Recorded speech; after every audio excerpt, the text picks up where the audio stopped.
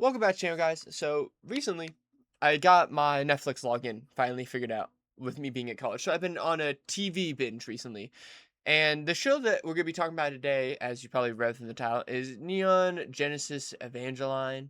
I'm just gonna call it Neon for the rest of this, just for simplicity's sake. But I just finished the TV show. I have yet to watch the movie. But what in the flying hell was that ending? Okay, so spoilers, obviously. If you don't want spoilers, click off.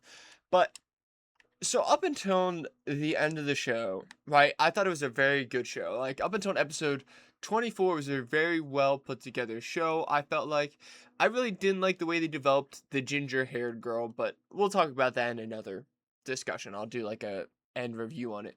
But overall, I thought it was a decent show. But I found myself asking a lot of questions. Like, who was that person in the basement? Where did they get the sphere from? The spear that they had? Like, where did they get that from? You know? And the main question I had that I kept asking myself is, are we watching the good guys or the bad guys? Were the angels just trying to get back like their father? Like, what caused the second impact? That was the main overarching question that I felt I had. And I felt like around episode 20 to 24, they really started to reveal a lot in a very condensed time. They were revealing that the ladies who mom developed the computer was hooking up with the dude, even though he was hooking up with the mom, and she hated him, and then they killed all the Rays. And it felt very rushed. And then they just wasted the last two episodes. In my opinion, I felt the last two episodes were just a complete waste. Like, I understand kind of what they were going for. That's a lie. I'm trying to seem like I'm more mature than I am, and comment below if I'm just stupid.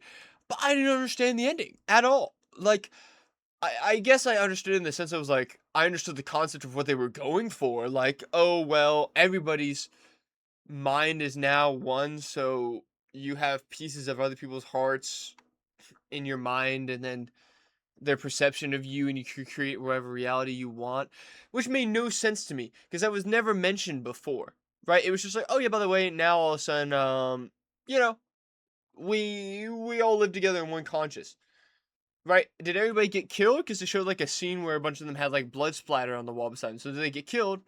So it's just like an afterlife thing versus like an actual reality, right? And so that left me pretty bitter about the ending because I don't like an ending like that. Like I would have been happy if it was just like a slow burn ending, like the redhead girl just ends up in an insane asylum for the rest of her life, and that's it. There wasn't like a masterful ending, but it wasn't even just that the ending was bad. Like I just felt like there weren't a lot of questions answered, and that's the way I am as a viewer. Like I want every detail explained to me. Like I mean there can be inferences made, right? But with a show that was as deep and reflective as this one, sometimes I feel like inferences might not be correct.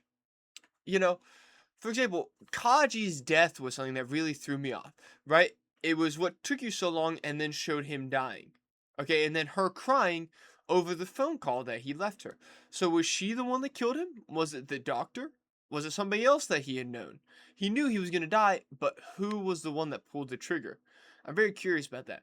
Another thing I was curious about that I feel like they didn't really go into much was the way that Shinji's mom died. They mentioned that she died at the beginning, but when they were like, you probably remember, I thought they were gonna have a flashback and show details of how she died, and they didn't.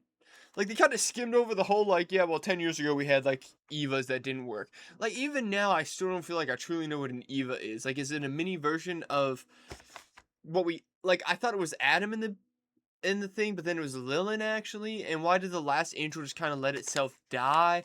Like there were so many things that I'm just like, I felt like were very good questions that I was excited for them to explain, and then they were like, no, we're just not gonna explain it to you. Have fun.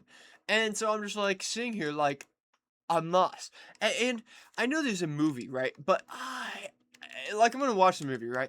But I could not imagine living like as a person back then. Like so the TV show comes out. This is the ending you get with thousands of questions. Like the scroll people and all those seers were they the same people that were harassing him at the desk? And did the professor know him? Like, they kind of went into this like side arc about how the professor might know them, and then just gave up on it. Like, what was their whole purpose? Were they the ones that were sending the angels the whole time? Or what was the purpose of developing 12 Evas if they were just going to connect all of humanity together into one brain? You know, and what was that hand? Like the atom thing that morphed to his hand, the director's hand? Like, I don't know what that whole plot line was about. There was so many subplot lines that was just like, I don't know what's going on. Right? I can't imagine like being like, wow, there's a lot of things I still have questions about. And not knowing if there's gonna be part two. Maybe it was announced around the same time the show was saying like, oh, there's gonna be a movie. But then having to wait 2 more years to get all of those questions, like I don't know if I would wait out that long. I think I would just get bitter at the TV show and be like, you know what? Screw this TV show. Like I'm never watching this. Like this is terrible. Like I would be bitter. I'm bitter now and I can go watch the second part of like I can go get my result like my resolution right now. Right? And I'm still bitter. Like I couldn't imagine like watching it in real time and then them being like, "Oh, it's a movie. You'll never know the truth." Like I would be so bitter, so bitter. And you know, go ahead and comment about like, "Oh, it's your own stupidity that you don't understand this." I don't really care what you think. This is just me kind of ranting about the show. Thank you for coming to my TED Talk. Peace out.